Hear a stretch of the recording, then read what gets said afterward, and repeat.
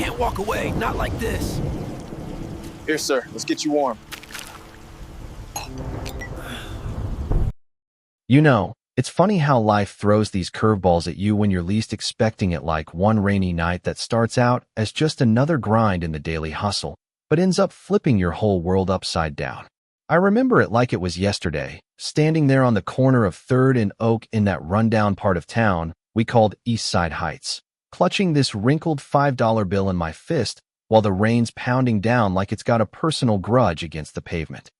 My name's Jamal Thompson, 17 years old back then, stomach growling louder than the thunder, thinking about my little sister Lena waiting at home with nothing but a couple stale crackers to split, and then I spot this old guy, just huddled on that bus bench, looking like he's about to fade away into the storm, lips blue, hands shaking so bad he can't even hold himself steady. Man, that moment hit me hard. You ever feel that pull in your gut, where self-preservation's screaming at you to keep walking, get home, survive another day, but something deeper, maybe that voice from your grandma's stories about doing right no matter what, just won't let you? That's where the real fight started. Right there in my head, feed us tomorrow or save this stranger tonight. And honestly, with the wind whipping rain into my face, blurring everything, I almost turned away, almost convinced myself he was just some drunk who'd sleep it off. But nah, I couldn't shake it.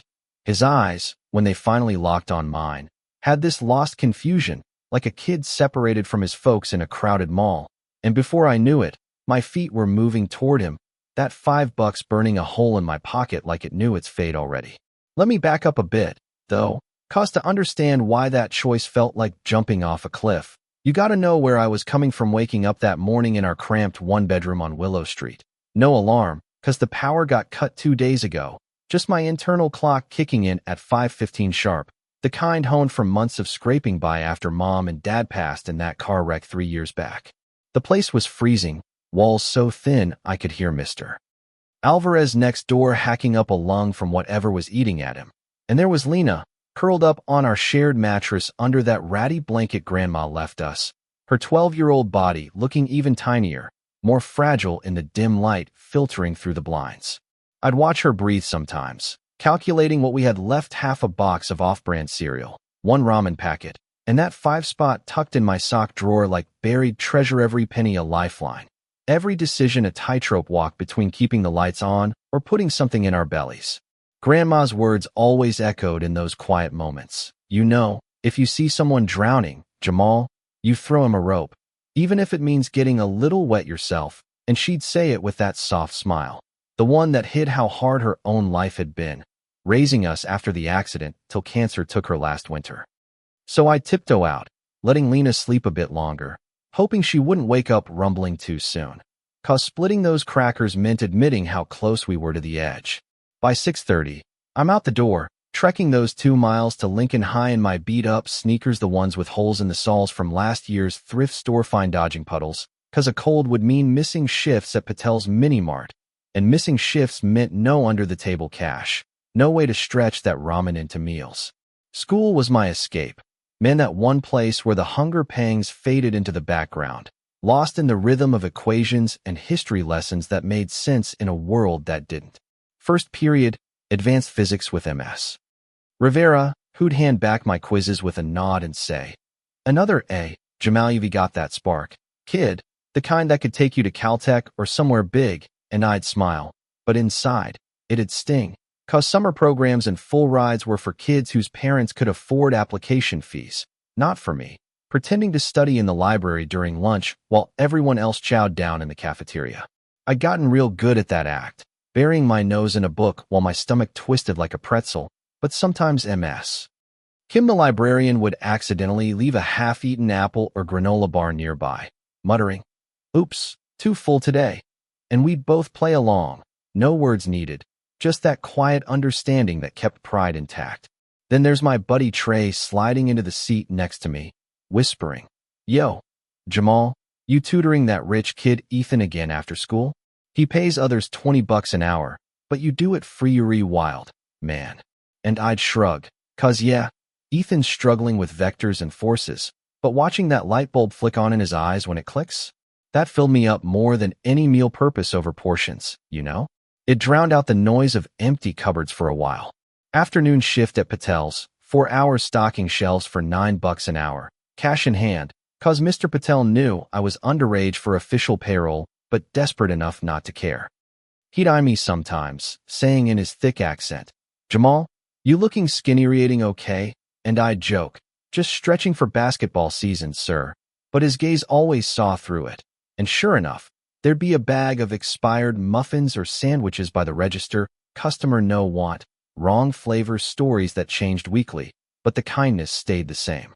Walking home past the fancy hillside estates, where lawns were manicured like golf courses and driveways held shiny SUVs, I'd finger the old pocket watch keychain Grandma gave me, engraved with "Point True North," always, her way of saying stick to your moral compass even when the path's rocky. By evening, back in the apartment, Lena's at our wobbly kitchen table, homework by flashlight, cause candles felt too dramatic, like we were in some old-timey novel instead of just broke. "How was your day, Squirt?" I'd ask, and she'd beam, "Awesome, mister." Hayes says I've got a knack for robotics, maybe build drones someday. Her dreams were rockets ready to launch. Unlimited fuel, if only we could afford the spark. But reality? It was splitting that last ramen, giving her the bigger bowl cause, "You're growing, Lena," while I slurped mine slow, pretending fullness to ease her worry. Night fell, and with Lena asleep, I'd study under the street lamp glow sneaking through the window, filling out scholarship forms I couldn't mail without stamps we didn't have, dreaming of colleges that seemed as far as the moon. Stomach cramps hit hard that night, but sharper was the fear tomorrow's payday at Patel's, $48 total, rent due at 42, leaving 6 for food math that never lied, plans that hinged on nothing going wrong. But storms don't care about plans, do they? They roll in uninvited, and that Thursday evening, as I pocketed my cash, Mr. Patel slipping an extra 10 with a wink. For good work. Boy, the sky opened up like it was unleashing years of pent-up rage. Lightning cracking so close I could smell ozone. Temperature plummeting, my thin hoodie turning to soggy paper.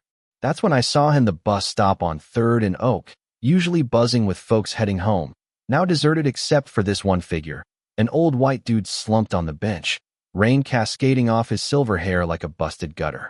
From afar, he looked wrong, not impatient like a commuter, just still, too still, water pooling around his fancy but drenched shoes.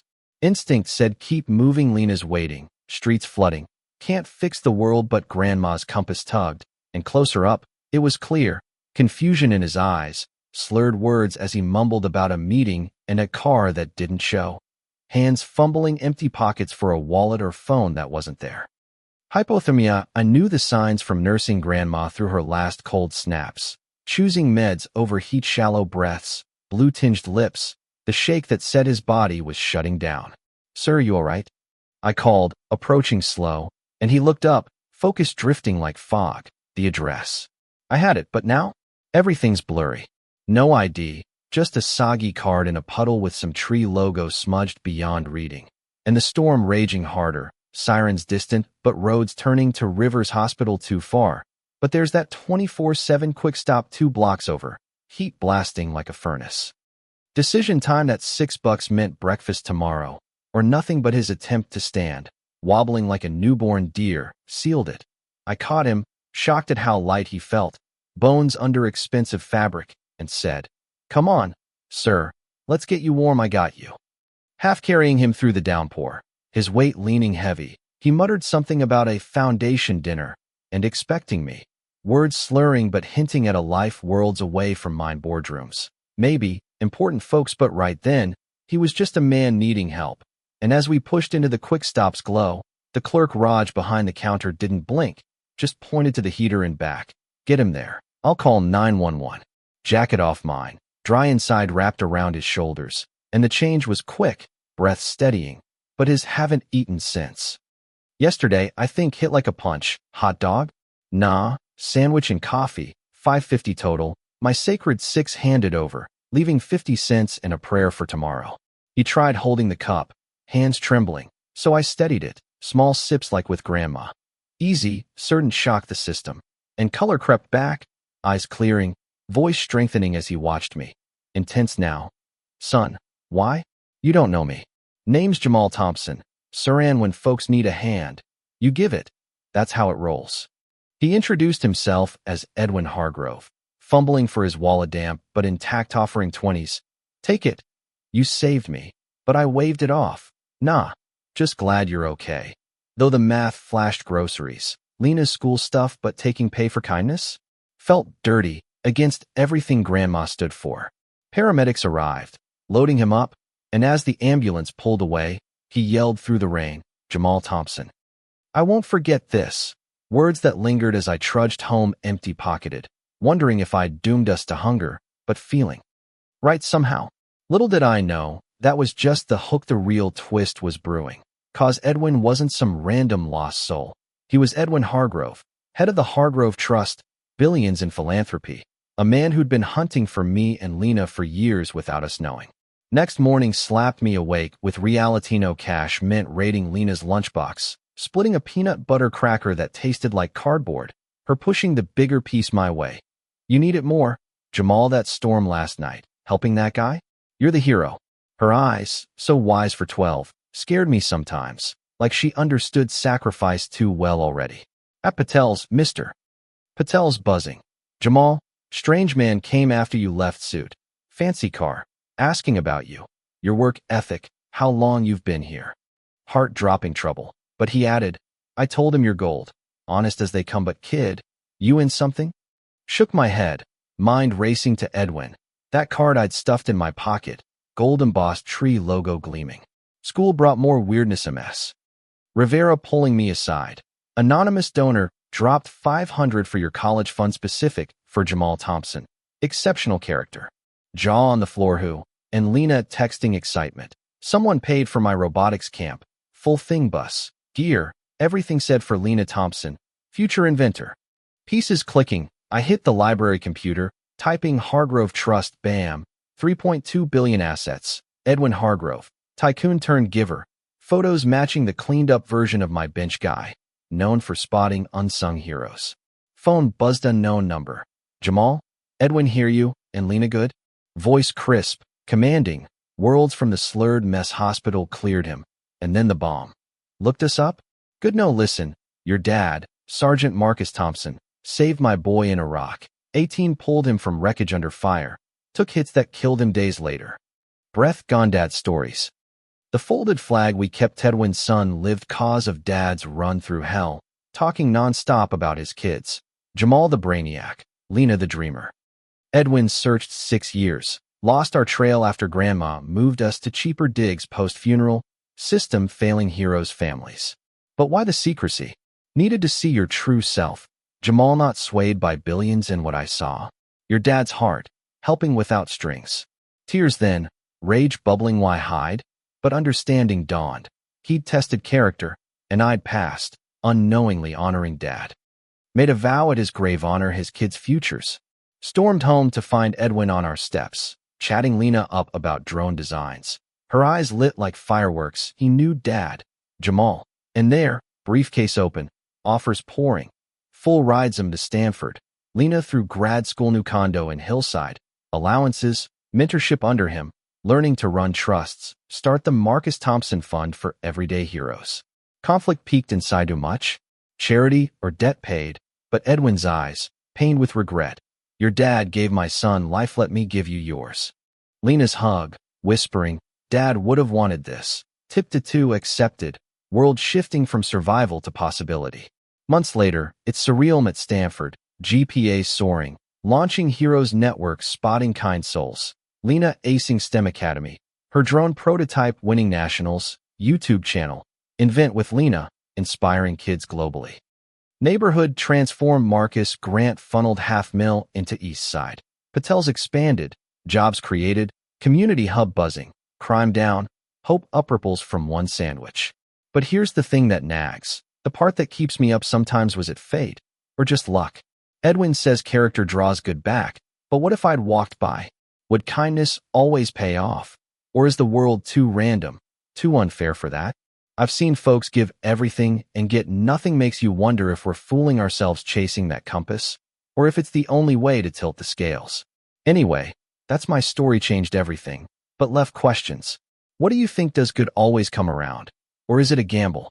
Drop a comment. Share your take on justice in this messy world. Maybe your own $5 moment. Hit like if it hit home. Subscribe for more real talk tales. Cause who knows? Your story might be next.